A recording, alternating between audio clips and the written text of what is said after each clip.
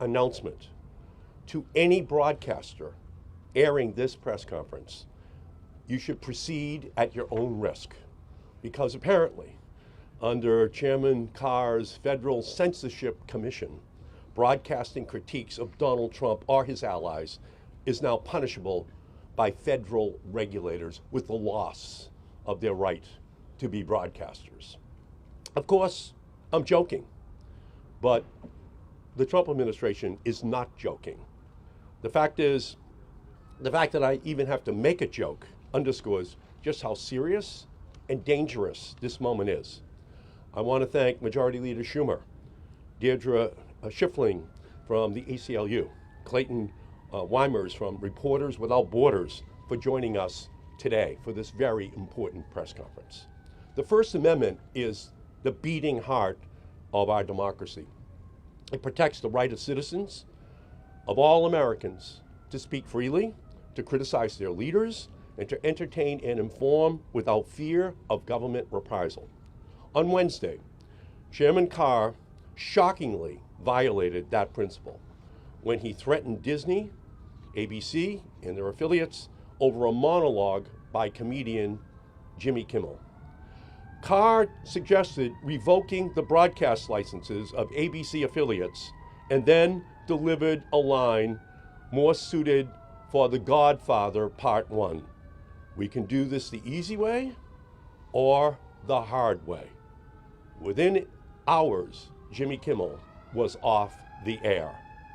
Carr and his allies have tried to spin this controversy as a purely economic dispute between local affiliates and national networks. They have tried to argue that Kimmel's joke was factually inaccurate, and therefore the Federal Censorship Commission could penalize ABC stations for failing to act in, quote, the public interest. These comments are obviously ridiculous, and they are dangerous.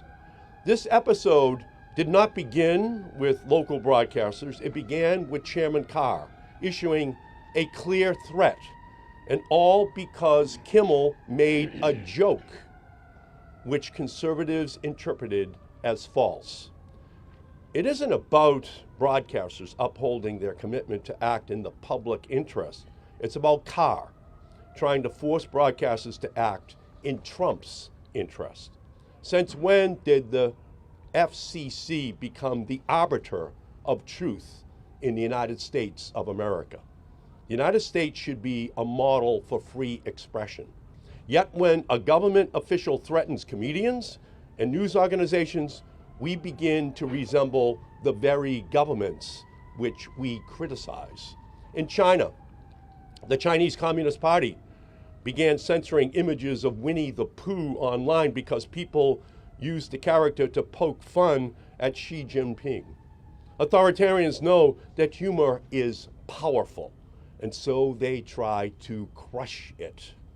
Just a few years ago, a telecommunications leader said the following quote: "From internet memes to late night comedians, from cartoons to the plays and poems as old as organized government itself, political satire circumvents traditional gatekeepers and helps hold those in power accountable.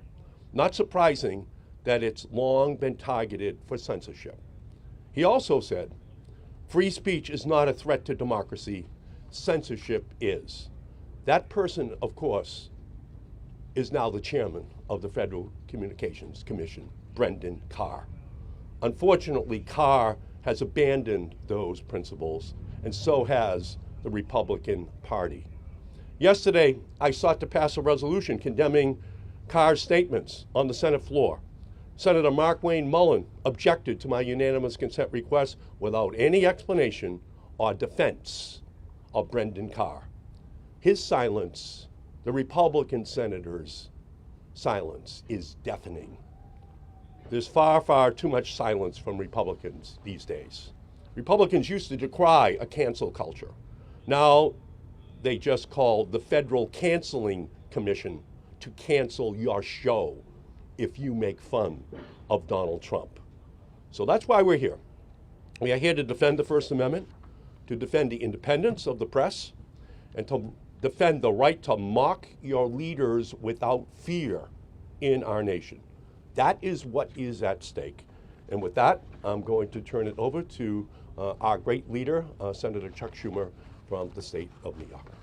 Thank you, Eddie. Thank you, Eddie, and thank you for your great remarks. And I want to thank you. I know Senator Lujan is on his way, the ACLU and Reporters Without Borders for being here today. We're at a moment of peril in America, a real moment of peril, unlike we have seen in a very long time. Because yesterday, Donald Trump admitted what this crusade against freedom of speech was really all about when he said the FCC should consider revoking the license of networks with shows and hosts who are, quote, against me and give me only bad publicity.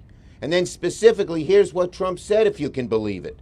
Trump said, I think maybe their license should be taken away. It'll be up to Brendan Carr. That is censorship. It is disgusting.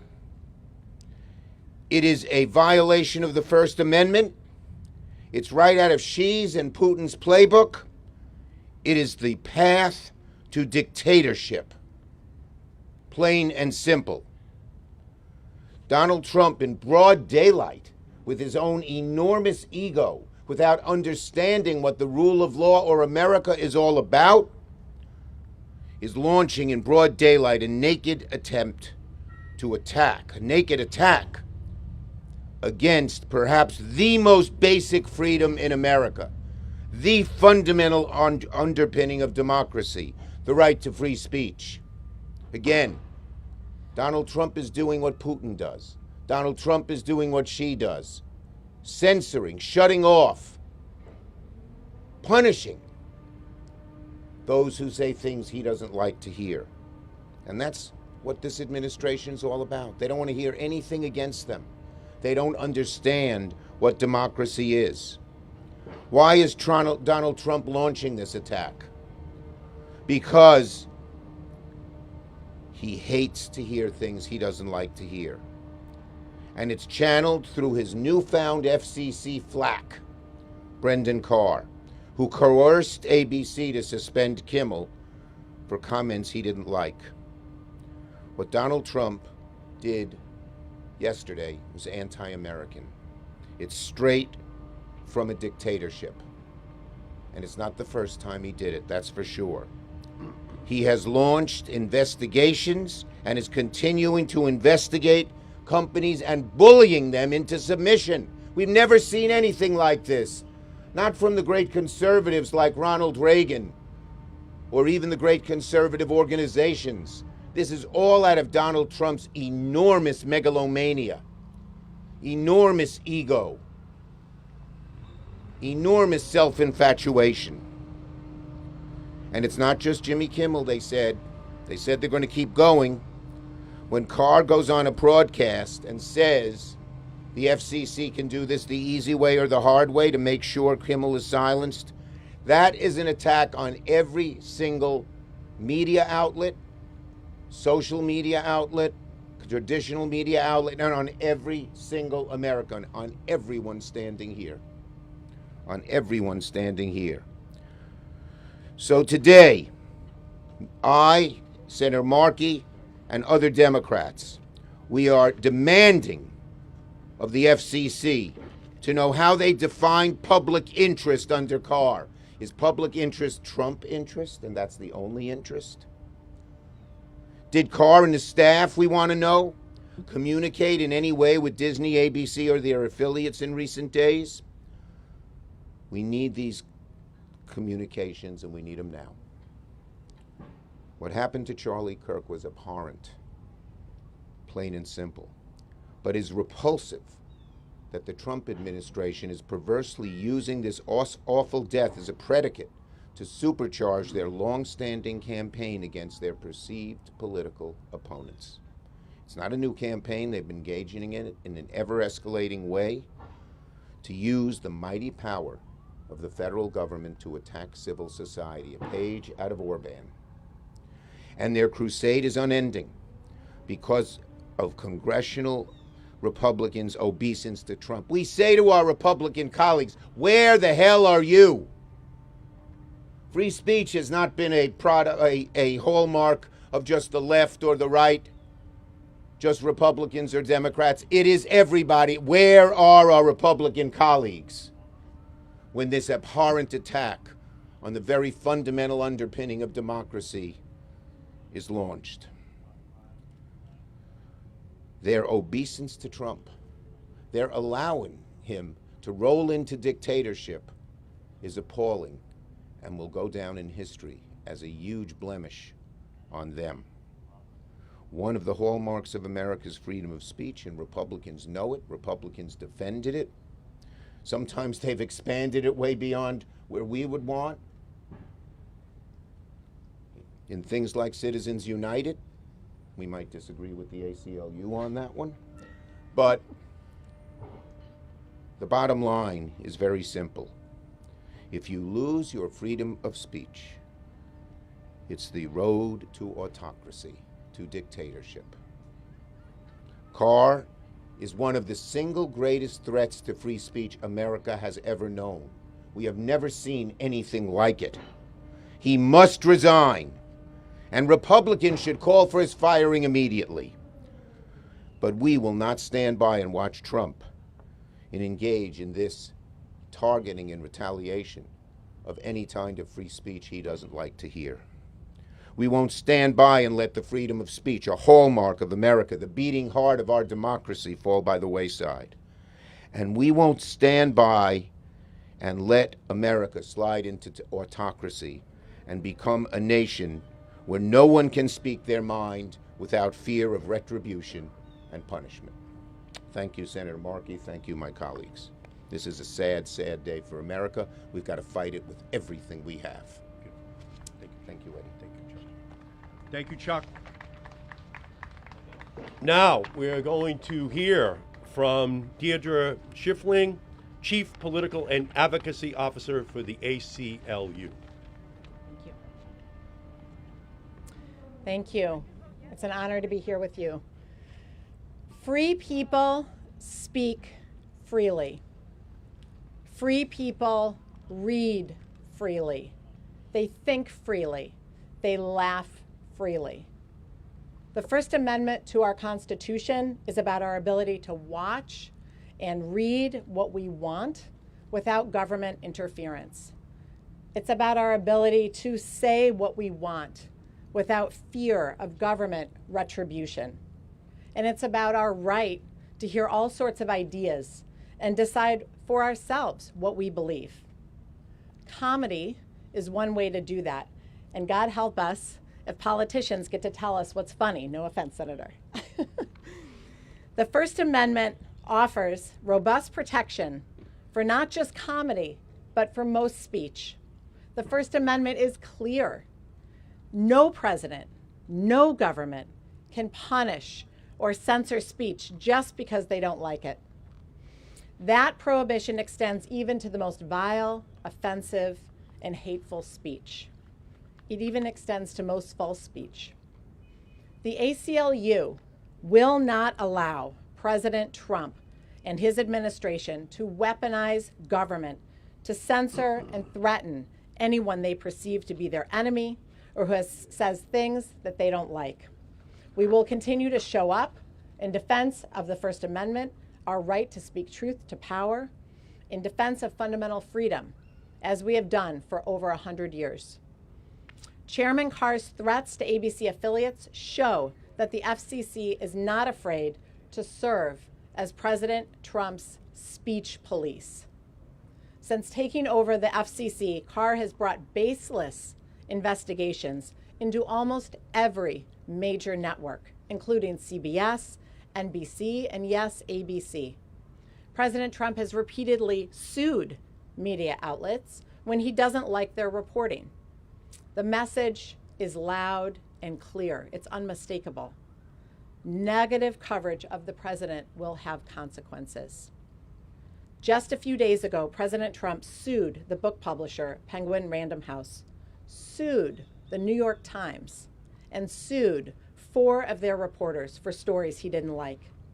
He and his administration are sending a dangerous message to the media that they should report as the president wants them to, or else. Unfortunately, some companies have shamefully and cynically capitulated in order to preserve their bottom line. CBS announced the cancellation of The Late Show with Stephen Colbert, a frequent Trump critic, just 1 week before the FCC approved its parent company's merger. The timing of the cancellation of Jimmy Kimmel is no accident. The owner of multiple ABC affiliate stations is trying to get merger approval from the FCC. These are large companies with national reach and ample resources to defend themselves and the First Amendment against this government.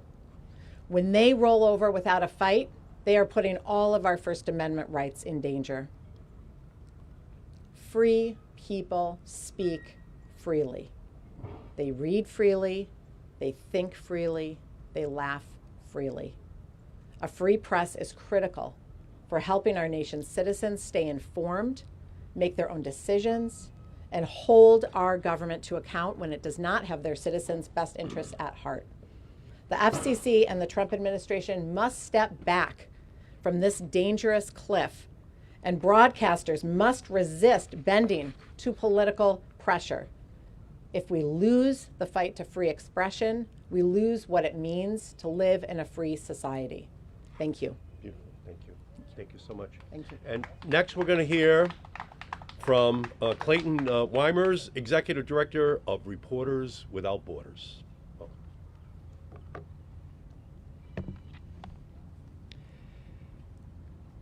At Reporters Without Borders, we've been fighting for the last 40 years all around the world to defend press freedom and to fight against censorship. And let me tell you, we've seen this before. We've seen it in authoritarian countries all around the world, and we've seen it in countries that are backsliding out of democracy and towards authoritarianism. We see leaders install political cronies at the head of media companies, and when they can't do that, they blackmail and threaten the media into submission. Next, they arrest the journalists whose coverage they don't like. And this is not an idle threat. President Trump has said numerous times that he wants his Department of Justice to investigate the news media. He has said that journalists should go to jail for refusing to give up their confidential sources. Now he's saying broadcasters should lose their licenses for criticizing him. He says they're not allowed to do that. He's wrong. And by the way, they already have arrested a journalist in this country. Mario Guevara is going to spend his 100th day in detention this Sunday. He was arrested while covering a protest. He was arrested because he was a journalist, and he is still being held, even though all of the criminal charges against him were dropped. He needs to be released immediately. So when I say these aren't empty threats, I mean it, because they're already acting on them. We know where this goes because we've seen it in countries all over the world. We can't let it happen to the United States. We need to preserve American democracy. Thank you so much. Thank you so much. Appreciate it. Thank you so much for your leadership. Thank you to all reporters around the world who risk their lives every day to bring news, to bring information to the American people and to all citizens of the world. So are there any questions that anyone has? Thank you all so much for being here today. Appreciate it. Thank you.